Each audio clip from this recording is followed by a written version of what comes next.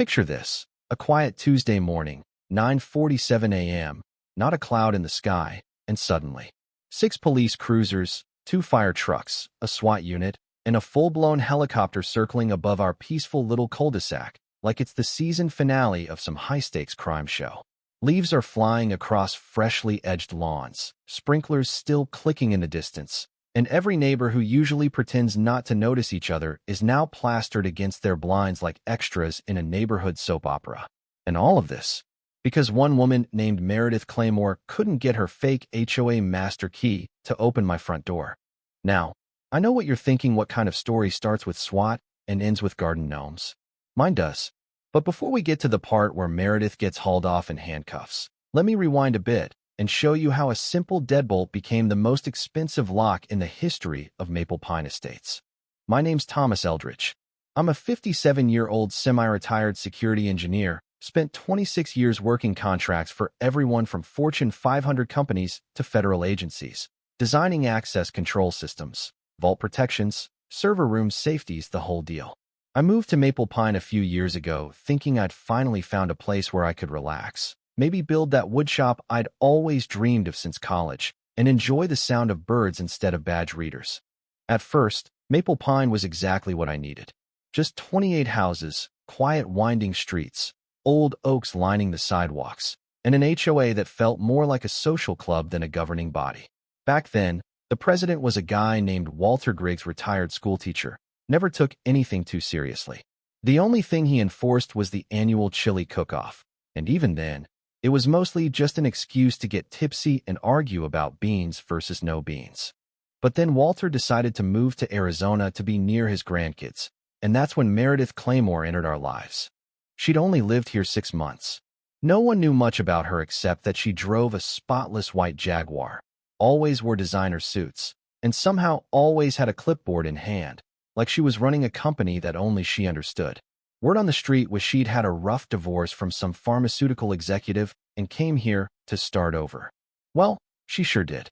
When the HOA needed a new president, Meredith was the only person who volunteered. No one else wanted the hassle, so we just let her take it. No vote, no questions. It felt harmless at the time. We were wrong. The first sign something was off came at the welcome meeting she held in the community center. Instead of cookies and lemonade, she brought a laminated binder titled 90-Day Neighborhood Realignment. It had 39 pages, with charts, enforcement flowcharts, color-coded compliance metrics. She used phrases like curb value optimization and resident behavior normalization. I remember looking at my neighbor Tim and mouthing, "Is this a HOA or the CIA?" Within weeks, she rolled out the property aesthetic protocol. That's when things got weird. Garden flags were banned. Bird feeders had to be pole-mounted, not hung. Kids' chalk drawings were classified as graffiti. And don't get me started on her war against lawn gnomes. She called them non-regulation ornamentation. The worst part was how fast she enforced everything. She had this golf cart painted beige, of course, that she'd drive around like a tank, taking photos of people's flower beds and measuring fence heights with a laser tool. I'm not joking. She cited our neighbor Claire for having a welcome mat that was excessively whimsical.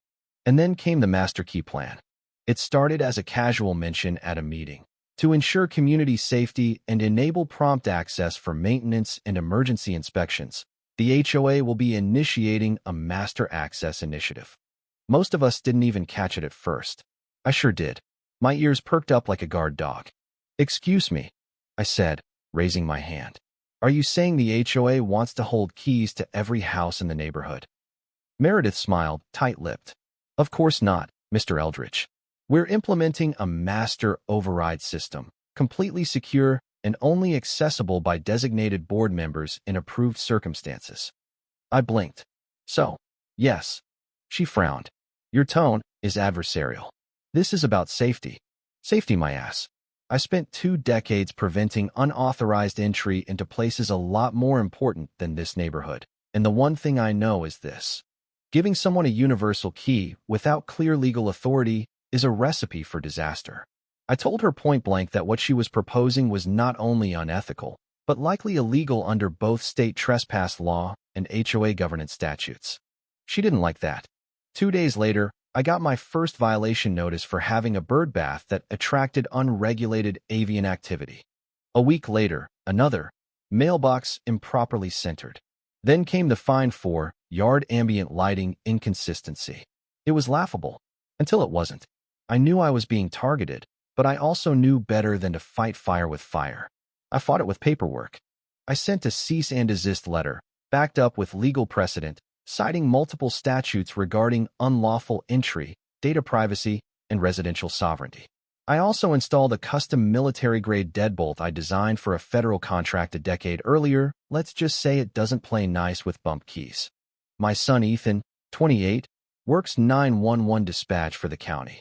He visits most weekends, and when I told him about the whole situation, he laughed and said, "Sounds like you're living in a Tom Clancy HOA spinoff." But then came that morning. I was in my office, sipping coffee, when I heard the metallic rattle at my front door. I checked the security cam feed, and there she was. Meredith, in a blazing red pantsuit, holding a brass key labeled Master, MP01. She tried it once, then again, tilted it, jammed it. Nothing. Then she stepped back, frustrated, and pulled out her phone. I watched her lips move. I recognized that expression, performative outrage. She was calling 911. What she didn't know? The dispatcher she got that morning was Ethan.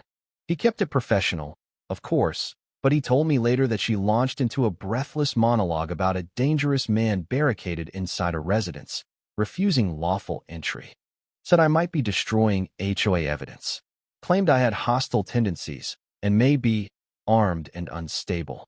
That's all it took. Protocols are protocols. The second someone says, possibly armed, it triggers full deployment. Ethan said his heart dropped when he realized the address, but there was no way to stop the machinery once it started. So, enrolled the circus. Tactical gear. Riot shields. The helicopter. It looked like the house was about to be raided for a cartel bust. Meanwhile, I was just sitting on my couch watching the Weather Channel. I opened the door in khakis and slippers, coffee in hand. "Morning, officer," I said. "Bit early for all this, isn't it?" The lead officer blinked. "Sir, we received a call." "Oh, I know," I said, stepping aside. "Come on in. Let me show you something." We reviewed the footage on my living room monitor. High-res video, clear audio, time-stamped. Showed Meredith trying the key. Showed her frustration. Showed her lying on the phone. You could see the moment the officers realized what this was: a bad HOA president trying to weaponize emergency services.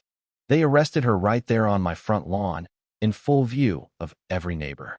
The cuffs clicked, the crowd gasped, and Meredith screamed something about constitutional rights as she was guided into the squad car.